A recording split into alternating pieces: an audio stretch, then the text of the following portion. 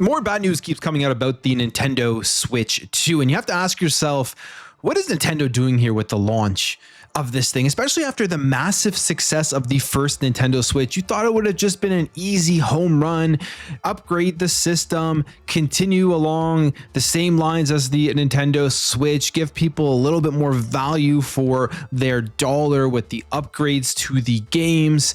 And they've just, I think, made every wrong decision when it comes to a lot of the things that could make this an easy slam dunk to try to transfer as many people over from the first Nintendo Switch to the Nintendo Switch 2. The game upgrades has been a topic of discussion ever since they did announce they showed off Breath of the Wild, and then they announced that there was going to be a fee to upgrade it. Now, they're not the first ones to do it, to be completely fair. PlayStation does this, and I think it is just as bad for PlayStation to do it, especially with the amount of remakes and remasters that they do make from their first party titles. Xbox by far beats PlayStation and Nintendo when it comes to upgrading games from the previous generation to the current generation. You literally just take your Xbox One game or Xbox One disc, you put it into your Xbox Series X, and you get the current version of that game.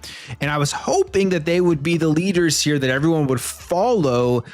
That clearly was not the case. And I think it is simply because PlayStation and Nintendo as console platforms are far more popular than Xbox, and they know that they can nickel and dime their customers a lot easier than Xbox can. And Xbox is just a much better backwards compatibility program. Nintendo is following along those same lines, paying for the upgrades, $10, but it gets even worse here. You would think if you're buying the upgrade to Breath of the Wild, you would get everything included with the game itself, and apparently that is not the case. The Legend of Zelda Breath of the Wild Switch 2 edition does not include the expansion pass content. This comes via a reply from a My Nintendo Store customer representative confirming that the Nintendo Switch 2 edition of the game does not contain expansion pass content. So if you do want to play it, you're going to have to purchase it separately from the Nintendo eShop, on top of picking up the Switch 2 version of the game, which really, from what they have told us, only comes with higher frame rates and better resolutions and just the basic things you get from having more power. Like, for example, if this game was on PC, all of that would be baked in. You would just be changing your settings and it would be no problem. So to charge extra for it is, to me, very anti-consumer. But because their IPs are so popular, because they know people will go buy it, they know that they can do it. But this again makes it's another L here for Nintendo with the Switch 2, but not including the expansion pass content. The other thing I guess they did announce with it was the app where you can track and put notes, and there's actually achievements in that app from screenshots that we have seen.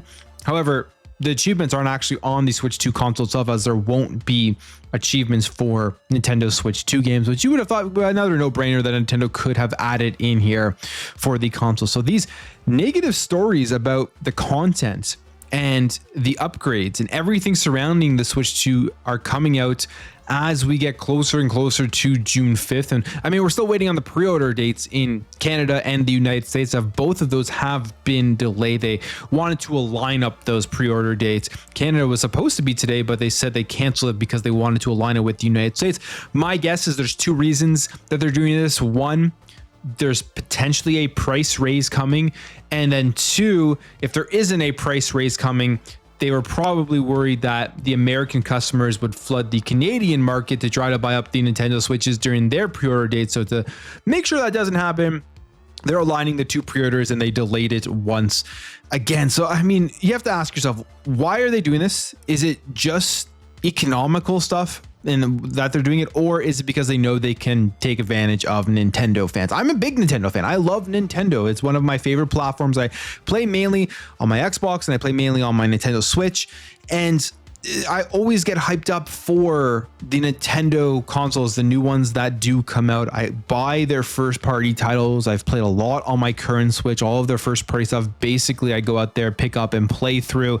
And I was really hyped for the Switch 2. I was getting ready to pre-order it right away. I was going to pick it up day one. But a lot of this information here is just dragging down this announcement. And yes, we can look at the economy. We can make all of the excuses, but I think a lot of it also just has to do with Nintendo knowing that their fan base is is so big, so rabid, will go out there and purchase anything that they do put out. Like, you're seeing people line up months in advance to get this console when it does launch on June 5th. I saw, I think it was a YouTuber who is lining up at the Nintendo store in New York for 2 months in advance to try to get this. I don't know how you see that from any other platforms, but because of these things, they're able to nickel and dime. The question that people will have is, will this work? Will people push back against this, or will they make the money that they do believe they are going to end up making? The other thing here that was also disappointing that has now come out is that Nintendo GameCube controller that they are